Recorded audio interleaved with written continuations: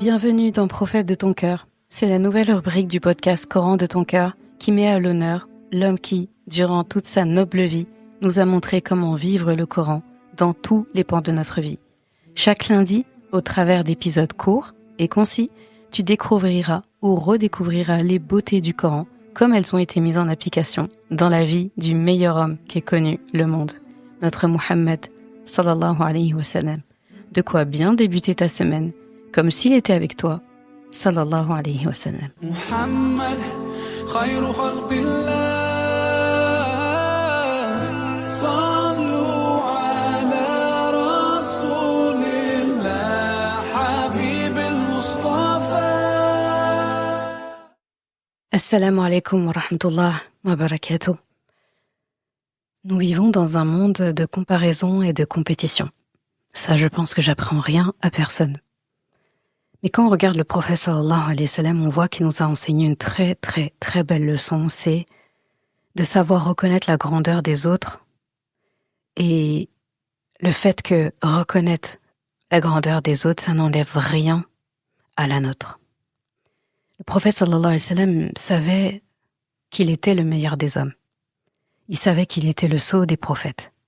Et pourtant, il n'a jamais cessé d'élever ses frères prophètes, de citer leurs qualités, de montrer leur mérite. Donc, ils étaient tous frères dans la mission. Et il a dit, sallallahu alayhi wa sallam, les prophètes sont des frères de père. Leurs mères sont différentes, mais leur religion est une. Leur unité aux prophètes, c'est le tawhid. Ça, c'est quelque chose qu'on a déjà abordé ici. Et leur fraternité, c'est l'admiration mutuelle qu'ils ont chacun dans leur mission. Et ça, je trouve ça beau.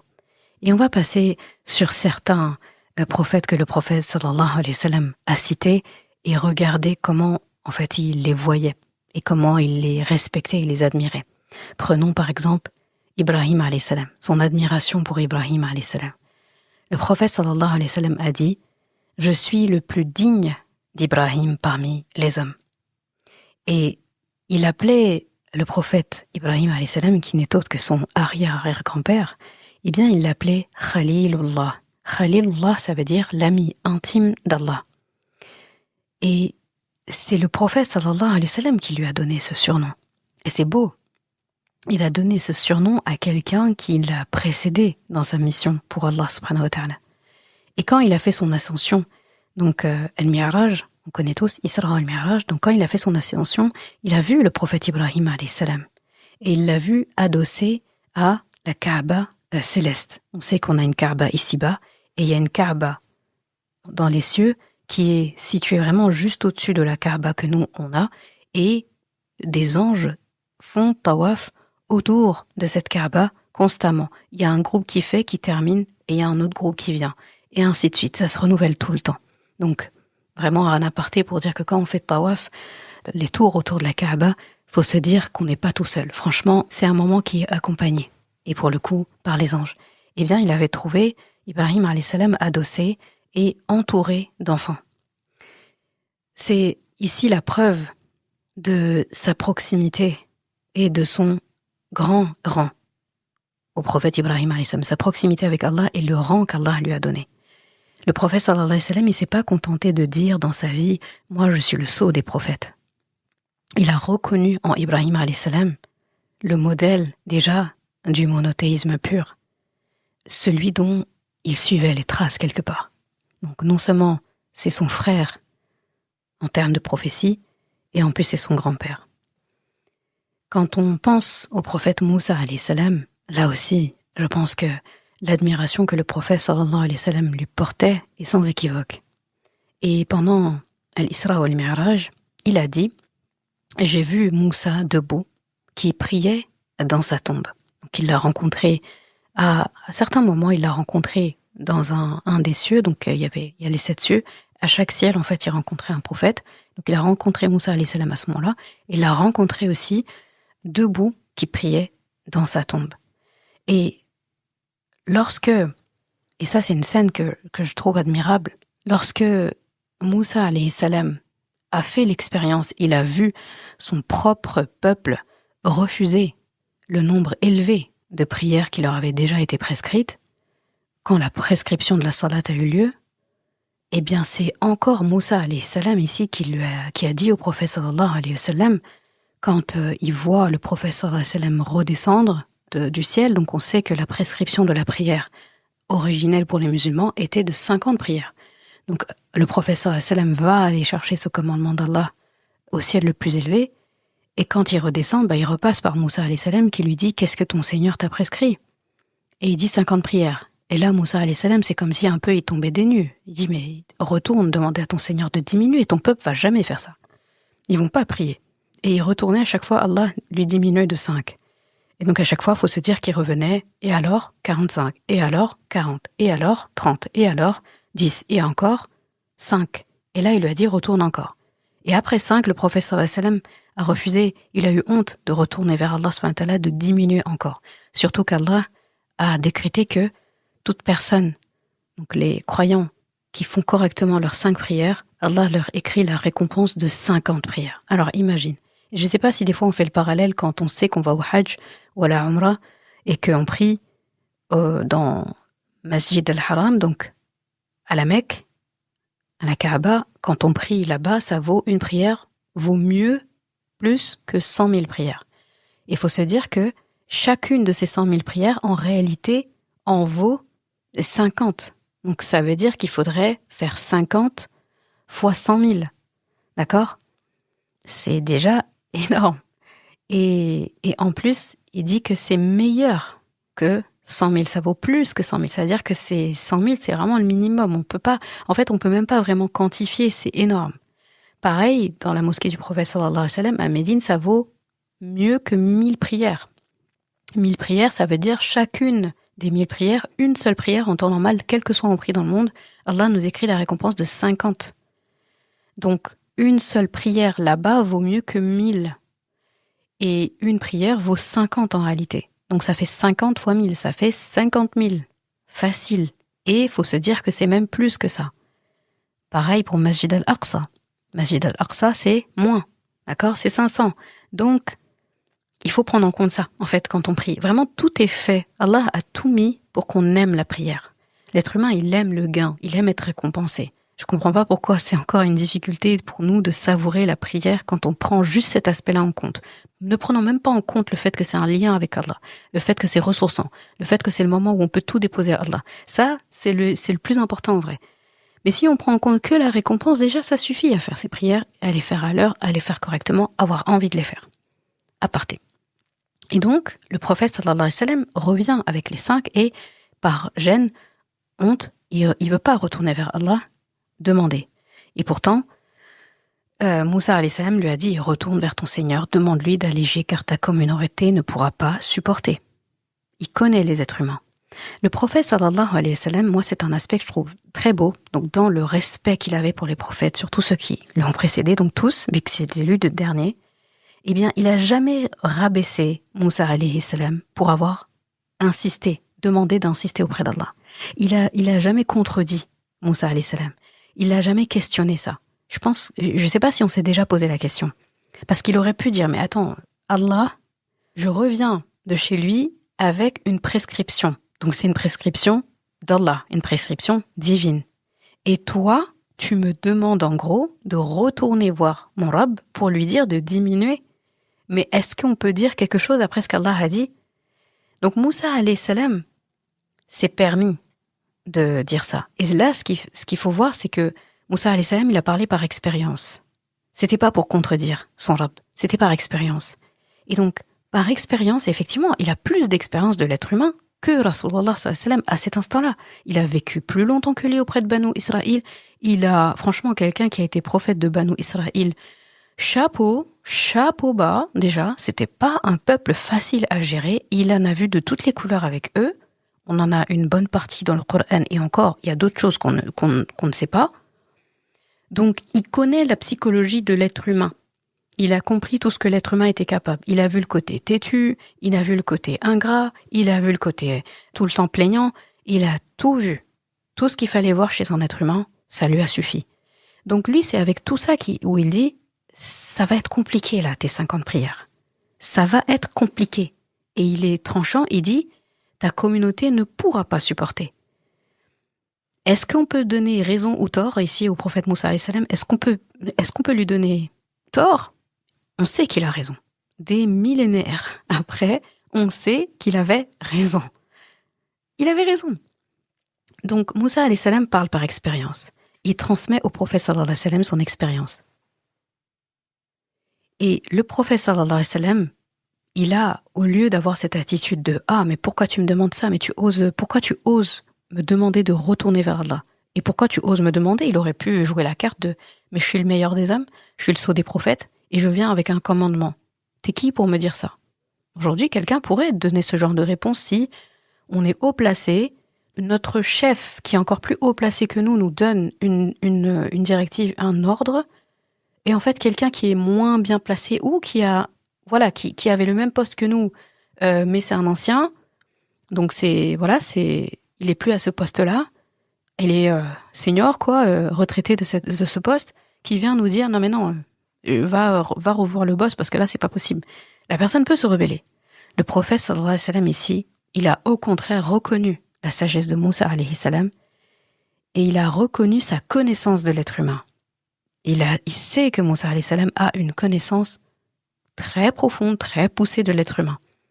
Moi, c'est un aspect que j'aime beaucoup de cette scène-là. C'est le prophète, sallallahu alayhi wa sallam, qui a été humble. En fait, on a vraiment l'impression d'un petit frère à qui le grand frère a dit « Non mais, retourne là, parce que là, ça va pas le faire. » Et il retourne.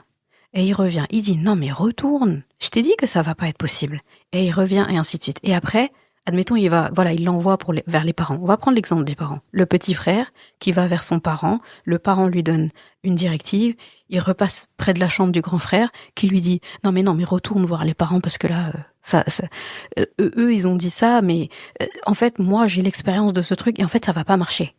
Retourne les voir. » Et il retourne. Le petit frère retourne vers les parents.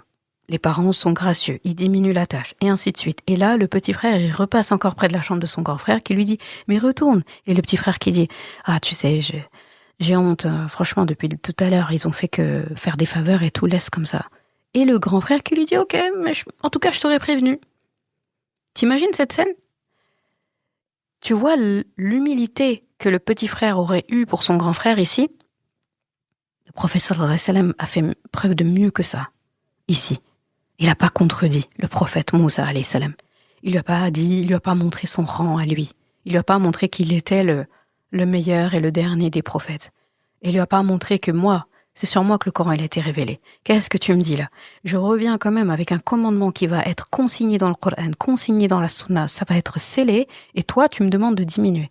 Eh bien, il faut se dire que Moussa alayhi salam a eu cette sagesse. Et il n'était pas obligé de parler au prophète sallallahu alayhi wa sallam. Il n'était pas obligé de le conseiller. Il aurait pu passer et le regarder et de dire, garder pour lui dans sa tête, ils vont jamais faire 50 prières. Mais tant pis pour eux. Et avancer. C'est-à-dire que le prophète Moussa alayhi salam, il a terminé sa mission et pourtant, il participe encore. Et pourtant, ça se voit qu'il a de la considération pour l'être humain. Ça se voit qu'il nous aimait en tant que peuple avant même qu'on arrive dans ce monde. Il nous aimait. Parce que sinon, il n'aurait pas dit ça. Il a de la considération pour nous, il veut le meilleur pour nous. Il voulait qu'on puisse faire des adorations qu'on pourra tenir. Il voulait qu'on puisse faire quelque chose qui est dans nos possibilités. Et on pourrait dire, mais pourquoi Allah, à la base, a prescrit 50 prières? Allah savait que cette scène allait arriver. Et des fois, il fait exprès de faire certaines choses pour que d'autres choses puissent se créer, pour que d'autres choses puissent être occasionnées. Et là, depuis tout à l'heure, on parle du prophète sallallahu alayhi wa sallam, de Moussa alayhi salam. Mais parlons d'Allah, Azza wa Jal, Jalla wa ala, Rabbul alamin, Rahman Rahim, Malikul Muluk, le roi des rois. Parlons de lui 2 minutes là. Lui, dans cette scène, c'est lui qui est le plus grand, le plus magnifique, le plus majestueux. C'est-à-dire que lui, il a la rahma de laisser Moussa alayhi salam dire ça au prophète sallallahu alayhi wa sallam, parce que pendant ce temps, Allah, il sait tout, il voit tout, il entend tout. Il le laisse finir sa phrase quand même et développer. Et il sait que le prophète sallallahu alayhi wa sallam est sur le chemin du retour pour revenir lui demander de diminuer. Et il sait, et le prophète sallallahu alayhi wa sallam qui vient demander, moi j'imagine juste cette scène du moment où le prophète sallallahu alayhi wa sallam retourne dire à Allah, est-ce possible de diminuer? Et Allah qui lui a diminué. Quand je vous dis que l'écran plat, Yawm al-Qiyamah, enfin au paradis, on en aura besoin. Hein. Moi, j'ai envie de voir quelle est la genèse de la prière qu'on a dû faire pendant tant d'années et sur laquelle on va être questionné. Parmi les premières actions qu'on va être questionné, c'est la prière. Moi, j'ai envie de savoir qu'est-ce qui s'est passé, voir la conversation avec Moussa alayhi salam, voir son expression de visage en train de se dire, mais ils vont jamais faire 50 prières, oh là là, ils vont pas la faire. Il avait raison. On ne ferait pas 50 prières parce que 5 prières déjà, parfois ça peut être lourd. Et donc, pour revenir à Allah, donc la grandeur d'Allah qui sait que son prophète est en train de revenir le voir, qui prend le temps de l'écouter, qui lui répond à la positive et qui le regarde repartir, qui entend encore Moussa alayhi salam lui dire diminue. Et là encore une fois, imagine le parent qui est dans sa chambre et qui voit le petit frère repartir et il entend toute la conversation et il entend les pas du petit frère qui revient et il lui dit ok. Déjà, il n'y a aucun parent qui aurait cette patience de faire autant d'allers-retours contre entre 50 et 5. Ça en fait des allers-retours quand même. Et Allah qui a cette patience à chaque fois. Quand on dit qu'il est sabour, le très très patient, je crois que on comprend. Et qui revient et qui repart, et qui revient et qui repart. Et là, quand il revient pour la dernière fois, et il lui dit 5 prières, et il sait que son prophète ne va pas, sallallahu alayhi wa sallam, ne va pas revenir après ces 5 prières, et il décrète à ce moment-là, si ton peuple fait 5 prières, ce sera compté pour 50.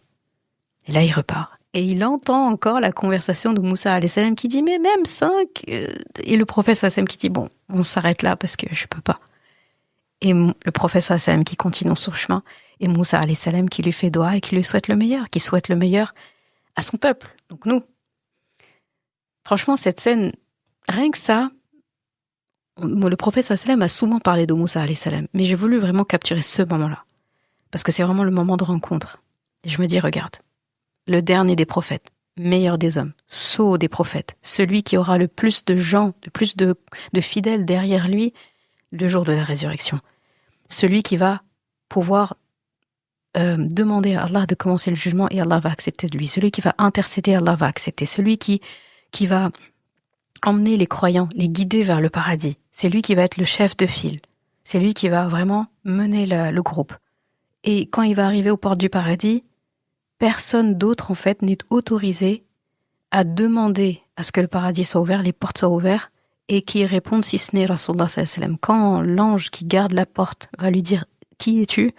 il va dire « Je suis Mohammed sallallahu alayhi wa sallam ». Il va dire « Ah, j'ai reçu l'ordre de n'ouvrir à personne, à part toi. » Et ça va s'ouvrir.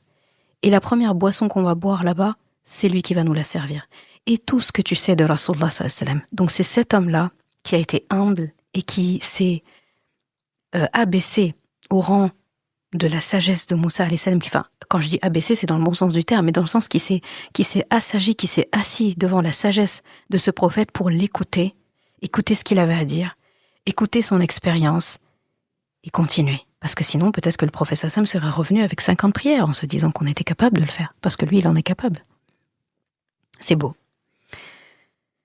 Youssouf alayhi salam, je suis obligée de le mentionner, parce que, pareil, le prophète sallallahu alayhi wa sallam, déjà il a dit de lui, et ça aussi je trouve ça beau, il a dit de lui que Youssouf alayhi salam avait une telle beauté, il a reçu la moitié de la beauté de la terre, l'univers, de tout ce que l'univers contient.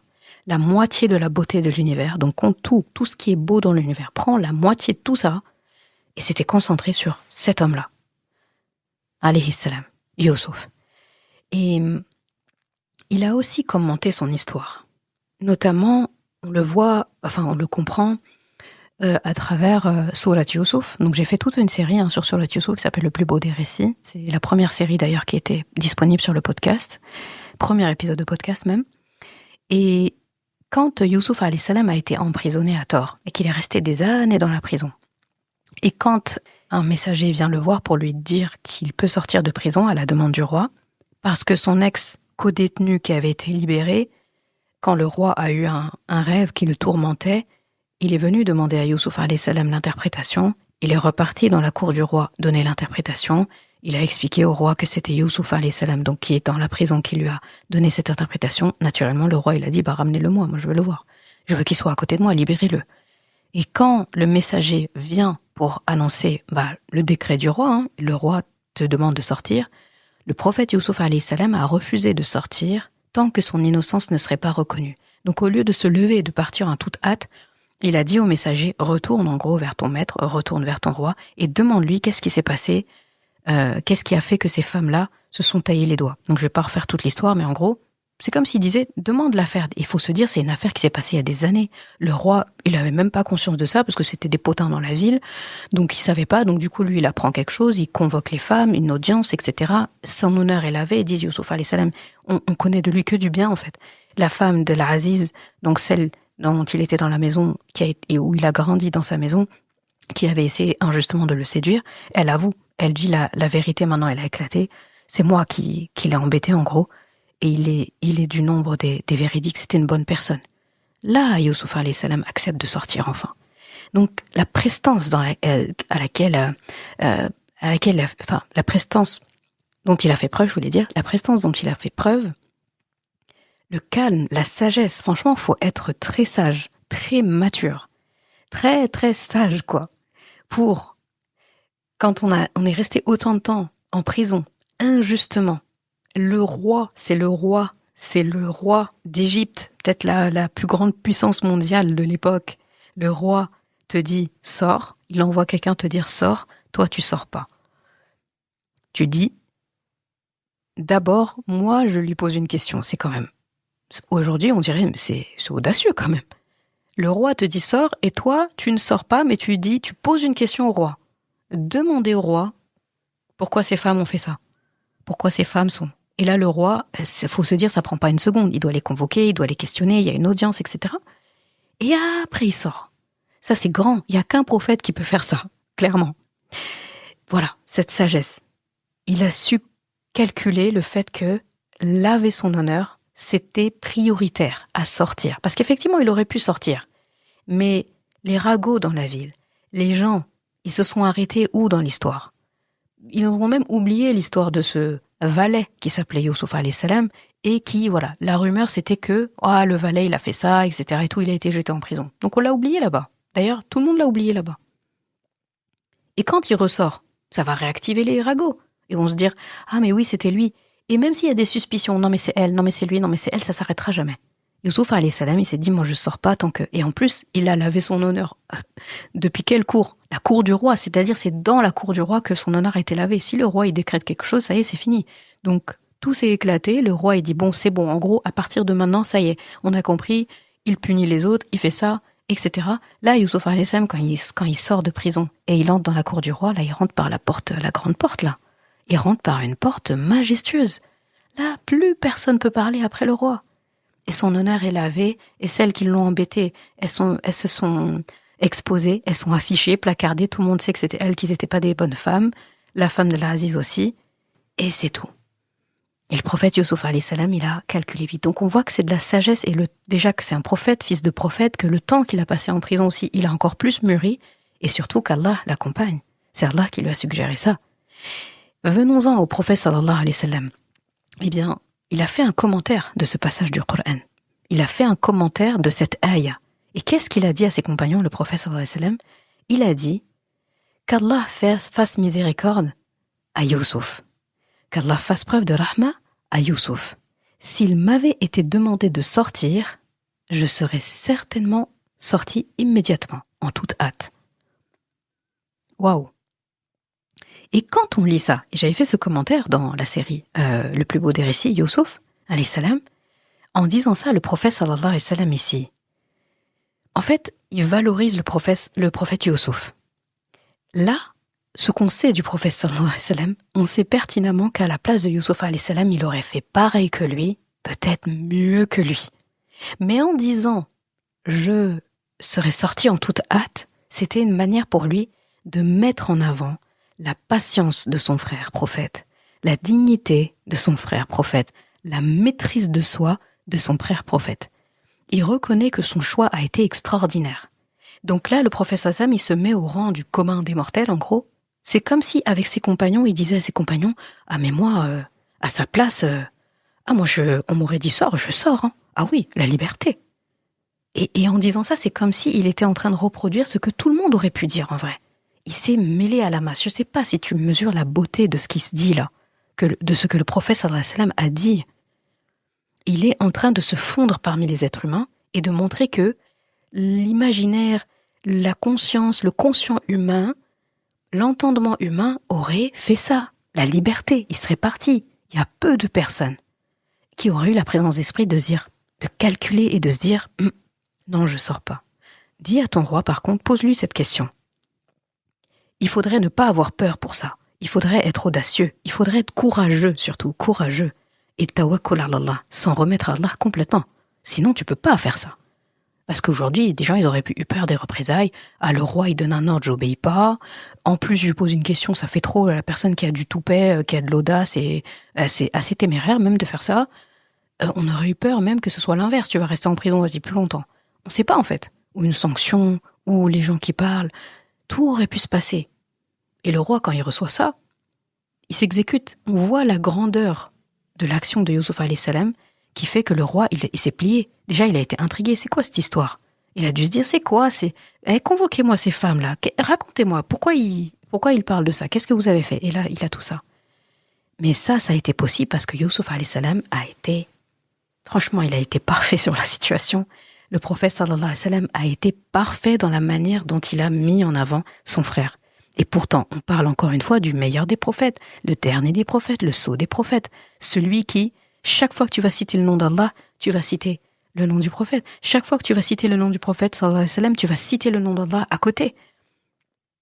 Il a ce privilège. Et pourtant, lui, qu'est-ce qu'il a fait quand il parlait de son frère, Youssouf alayhi salam, son ancêtre? Il a dit, franchement, qu'Allah fasse la rahma à Youssouf. S'il m'avait été demandé de sortir, je serais sorti en toute hâte. C'est beau. Franchement, j'aime beaucoup ce passage-là aussi. Ça montre en fait que la grandeur du prophète sallallahu alayhi wa sallam, il connaît son rang, il connaît sa valeur, il connaît sa... En fait, il est vraiment ancré dans ce qu'il est. De ce fait, quand quelqu'un est comme ça, il n'a pas peur de faire briller les autres, il n'a pas peur de mettre en lumière les autres, il n'a pas peur quand les autres sont compétents en fait. C'est ça que je veux mettre en place. C'est les qualités d'un leader. Voilà. Aujourd'hui, un vrai leader, c'est ça. C'est quelqu'un qui n'a pas peur des autres. Il n'a pas peur des autres. Il n'a pas peur de la lumière et de la réussite, de la brillance des autres, tout simplement. Parlons de Isa alayhi salam. Donc son amour pour le prophète Isa alayhi salam, qu'on appelle aussi Jésus dans la tradition chrétienne, il a dit à propos de Isa alayhi salam, je suis le plus proche des gens de Isa ibn Maryam, Isa, fils de Maryam, dans ce bas monde et dans l'au-delà. Les prophètes sont des frères de père, et il n'y a pas eu de prophète entre lui et moi. Effectivement, il n'y a pas eu de prophète entre Isa alayhi salam et le prophète sallallahu alayhi wa sallam. Et on sait aussi que dans la tradition prophétique, donc de tous les prophètes, aucun prophète ne quittait ce monde sans annoncer le prophète qui va lui succéder. Même si ce prophète n'était pas messager, n'avait pas un livre révélé, il annonçait toujours le suivant. Donc, Daoud alayhi salam meurt, il annonce que c'est Sulayman alayhi salam qui va lui succéder, et ainsi de suite. Et des fois, il y avait deux prophètes du même vivant, bien sûr, il y avait deux prophètes, c'est comme Yahya, Isa, Zacharia, donc c'est trois prophètes contemporains. Donc, il n'y a pas eu, comme je disais, de prophète entre Isa alayhi salam et le prophète sallallahu alayhi wa sallam, et chaque prophète annonce le suivant. Et qu'est-ce qu'on a dans le Coran? Le prophète Isa alayhi salam qui annonce qu'après lui viendra un prophète. Donc il dit Mim ba'di yasmuhu Ahmed. Un prophète, Mim ba'di yasmuhu Ahmed. Donc un prophète viendra après moi et son nom est Ahmed. Et ça a été énoncé aussi dans les textes religieux, les textes, les livres saints qu'ont reçus les peuples avant. Et malheureusement, ça a tellement été falsifié qu'aujourd'hui, si on leur dit, mais votre prophète Jésus, il a annoncé la venue du prophète sallallahu alayhi wa sallam, Mohammed, ils vont dire, non, c'est nulle part. Alors qu'il l'a dit, et il a dit qu'il s'appelait Ahmed. Ahmed et Mohammed, c'est des surnoms, enfin, c'est des noms. Du prophète sallallahu alayhi wa sallam, il s'appelle Mohammed, il s'appelle Ahmed. Et il l'a annoncé. Et nous, on l'a noir sur blanc dans le Coran, cette ayah. Il a dit, viendra un prophète après moi, Ismuhu Ahmed. Voilà, point, barre. Nous, ça nous suffit, comme quoi le prophète Isa alayhi salam, il n'a pas fait exception, il n'a pas dérogé à la tradition de partir de ce monde et d'annoncer le prophète suivant. En l'occurrence, lui, en plus, il n'est pas encore mort, vu qu'il a été élevé auprès d'Allah subhanahu wa ta'ala, et il reviendra un jour.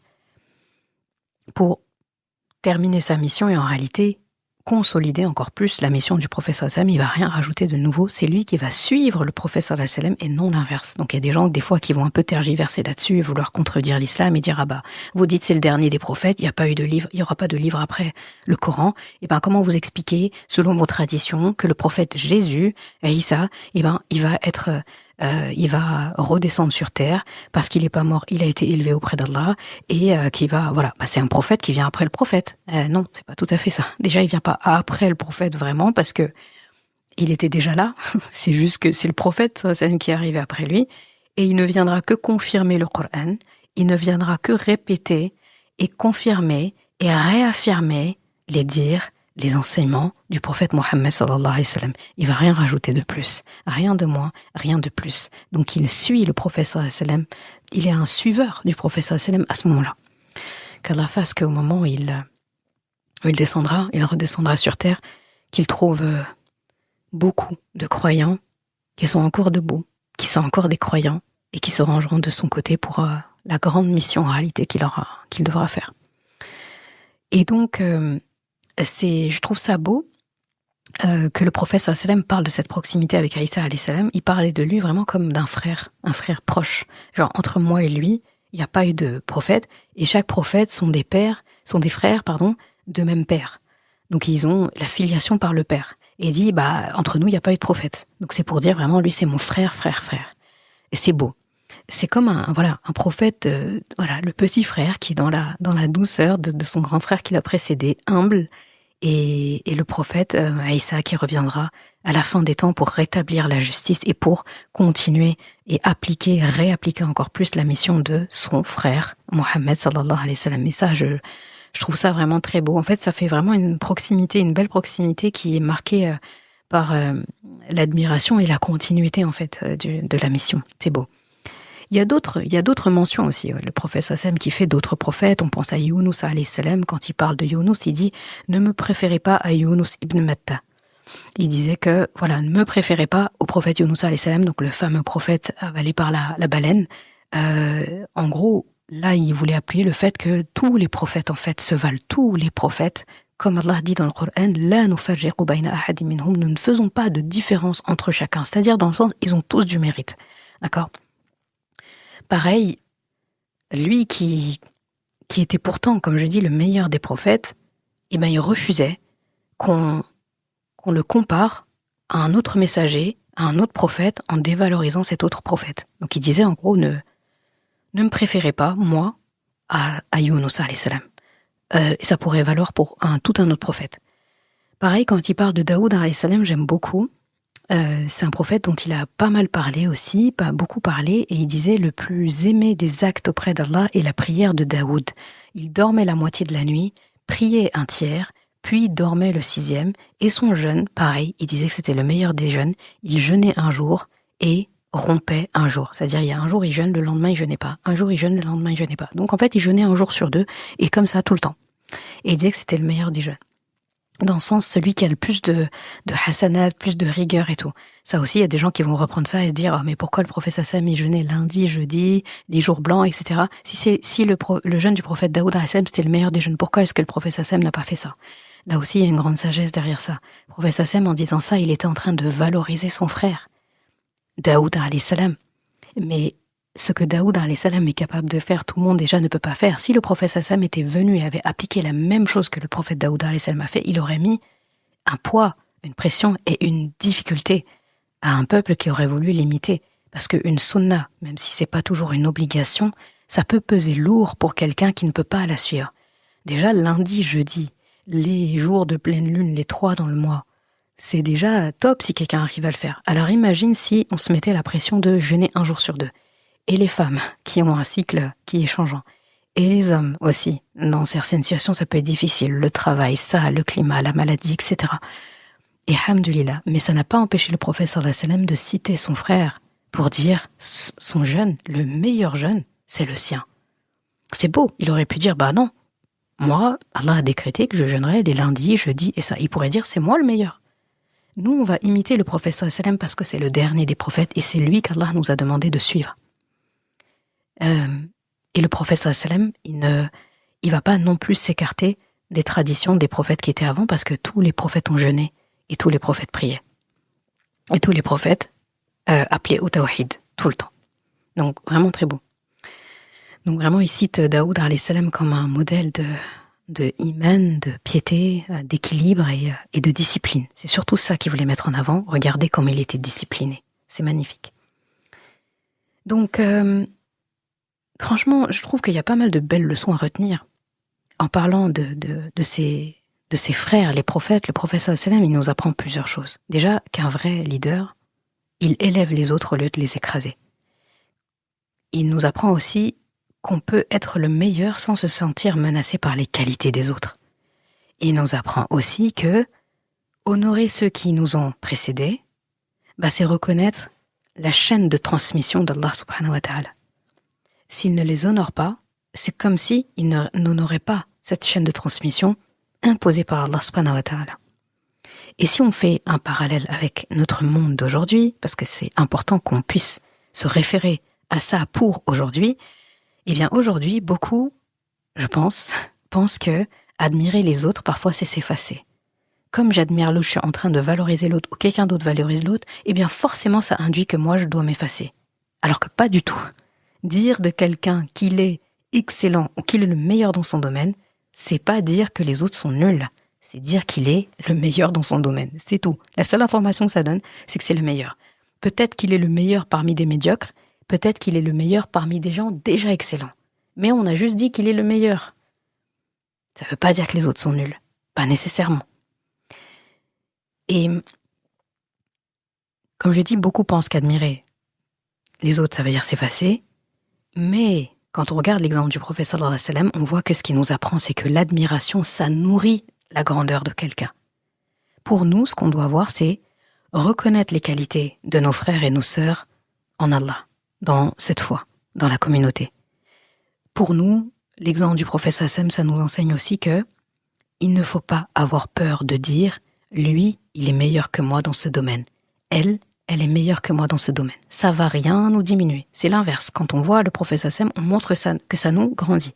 En fait, ça a grandi tellement quelqu'un que j'en parle à propos du prophète sallallahu alayhi wa sallam. J'en ai fait un épisode. C'est la preuve que c'est admirable. Si ce trait n'était pas admirable, personne ne parlerait.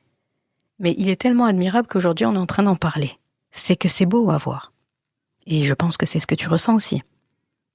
Autre chose aussi, s'inspirer des forces des autres, c'est mieux que de les jalouser. Donc il faudrait s'inspirer des forces des autres au lieu de les jalouser. Là, quand tu vois le prophète sallallahu alayhi wa sallam, il est clean de ce côté-là. Tu vois pas une once de jalousie. Il y en a pas une goutte. Rien, un atome, il y a rien. C'est l'inverse. Et pourtant, est-ce que ça n'a pas fait qu'augmenter le rang que le prophète sallallahu alayhi wa sallam avait auprès d'Allah, le rang qu'il avait auprès de sa communauté, ses compagnons, sa famille, et le rang des siècles plus tard qu'il a auprès de nous. C'est énorme. Donc, je pense qu'il y a des modèles dont on peut pas seulement s'inspirer. En fait, le modèle prophétique, ce qui est bien, c'est qu'on peut vraiment dupliquer, copier-coller. C'est pas la peine de réfléchir. Copier-coller. C'est une formule qui gagne. Alors, c'est une formule qui marche. Elle est gagnante. Je vois pas pourquoi on tergiverse. Oui, mais quoi, qu'est-ce, comment, pourquoi, et ensuite, mais c'est-à-dire que, non, copie. Et en plus, tu vois que ça marche. Copions. Là pour le coup, faut copier, sans réfléchir. Bon, faut bien que je m'arrête là. Je terminerai par dire que le prophète sallallahu alayhi wa sallam aurait pu tout centrer sur lui, mais il a cessé de dire « mes frères les prophètes, mes frères les prophètes, mes frères les prophètes ». Il a parlé de Youssouf alayhi salam avec admiration, de Moussa alayhi salam avec beaucoup de respect et de considération et d'admiration pour sa sagesse, de Isa alayhi salam pour l'amour qu'il avait pour lui par rapport à leur lien très proche en termes de filiation, d'Ibrahim alayhi salam, il en a parlé en termes de fidélité vraiment, dans sa proximité lui avec Allah, l'ami qu'il était pour Allah subhanahu wa ta'ala. Et il les a honorés. Il les a honorés parce qu'en honorant ses prophètes, ses frères-là, il honore Allah subhanahu wa ta'ala. Alors, je nous invite tous à suivre son exemple, c'est-à-dire admirer les qualités des autres, que ce n'est pas s'effacer, que reconnaître à la beauté dans la création d'Allah, c'est tout à notre honneur. Et tout ça aussi, suivre son exemple, c'est marcher dans les pas du prophète sallallahu alayhi wa sallam, le plus noble des hommes et le frère de tous les prophètes. وَمَا أَرْسَلْنَاكَ إِلَّا رَحْمَةً لِلْعَالَمِينَ. Et nous ne t'avons envoyé que comme rahma pour l'univers.